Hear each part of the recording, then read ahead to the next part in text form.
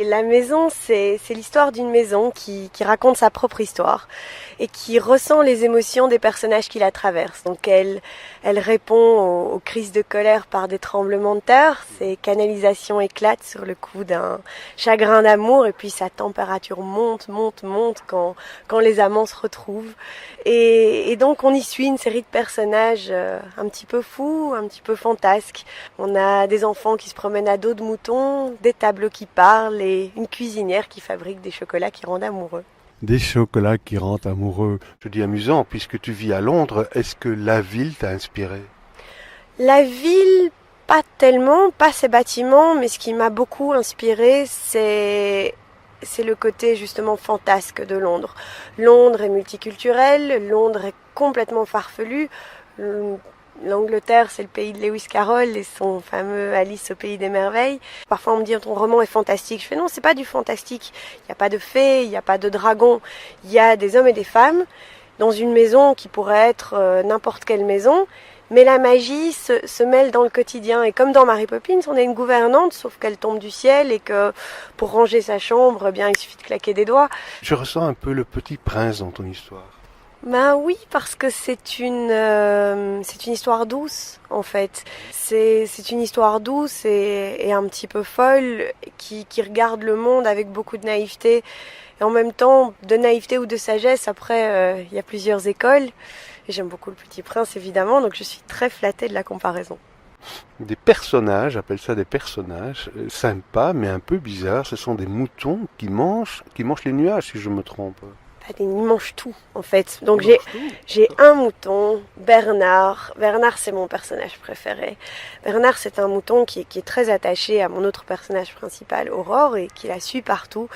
Et c'est un mouton très gourmand. Donc il commence à manger des feuilles, et puis il finit par manger des briques. Il finit par manger tellement de briques qu'il creuse des souterrains en dessous de la maison.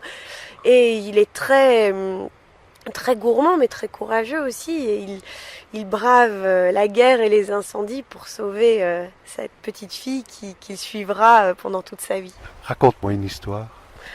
Et bien voilà, donc je vais te lire un petit extrait de mon roman. On arrive à un moment où la petite fille qui se promenait à dos de mouton dont je t'ai parlé, eh bien on arrive au moment de son adolescence. Et comme tu le sais, l'adolescence c'est un moment où on est très tourmenté. On ne comprend pas très bien, on a son cœur et son corps et tout se retrouve chamboulé. Et puis son mouton, son éternel compagnon, va la chercher, la porte sur son dos et l'amène chez Constance, la fameuse cuisinière qui ensorcelle tout le village et qui règle tous les problèmes. Et donc nous arrivons au moment où Constance a donné une soupe tout à fait fabuleuse à Aurore et elle a ouvert les yeux. Et elle commence à raconter ce qui lui arrive. Et donc je vais te lire un petit passage. Constance revint avec 2 verres de vin chaud et contempla la jeune fille d'un air satisfait. Ses joues étaient roses et elle semblait déjà en meilleure forme. Constance s'assit sur son lit et lui tendit un verre qu'elle but d'une traite, docile.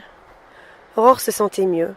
La chaleur de la pièce, l'odeur épicée du vin et le sourire accueillant de la patronne du café lui donnaient envie de s'allonger et de se laisser aller.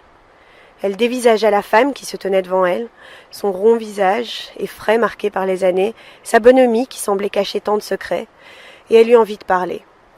Elle raconta qu'elle n'avait plus faim, que chaque fois qu'elle retournait sur le lieu de l'opération voir Jules, elle avait une grosse boule dans l'estomac, et qu'elle ne parvenait pas à se concentrer, qu'après cela il lui était impossible de dormir pendant plusieurs jours.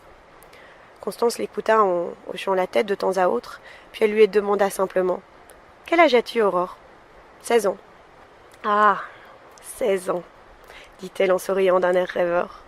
Que ne donnerais-je pas pour revivre les tourments de mes 16 ans ?» Elle sortit une boîte de truffes au chocolat, enveloppée dans un papier de soie rose. « Du chocolat ?» demanda Aurore surprise. « Du chocolat, bien sûr. Je ne connais pas de meilleur remède. Maintenant, rentre chez toi et va te reposer. » Jules se tenait debout devant elle, ses pieds à quelques centimètres de la corniche, et le soleil rougeoyant dans son dos. Depuis combien de temps était-il là à la regarder ?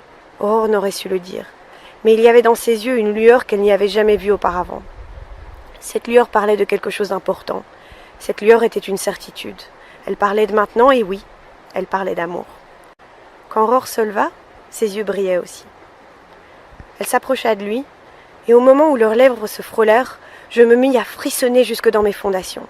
Les chandeliers du hall d'entrée, les verres de la cuisine, les bouteilles de vin dans la cave se mirent à vibrer à l'unisson, tintant de joie, d'extase, de surprise, en écho avec les tremblements des mains des deux jeunes gens. Sur le pas de sa porte, Constance me regarda vaciller avec tendresse, et elle prit elle aussi une truffe au chocolat pour revivre un instant les mois de ses 16 ans.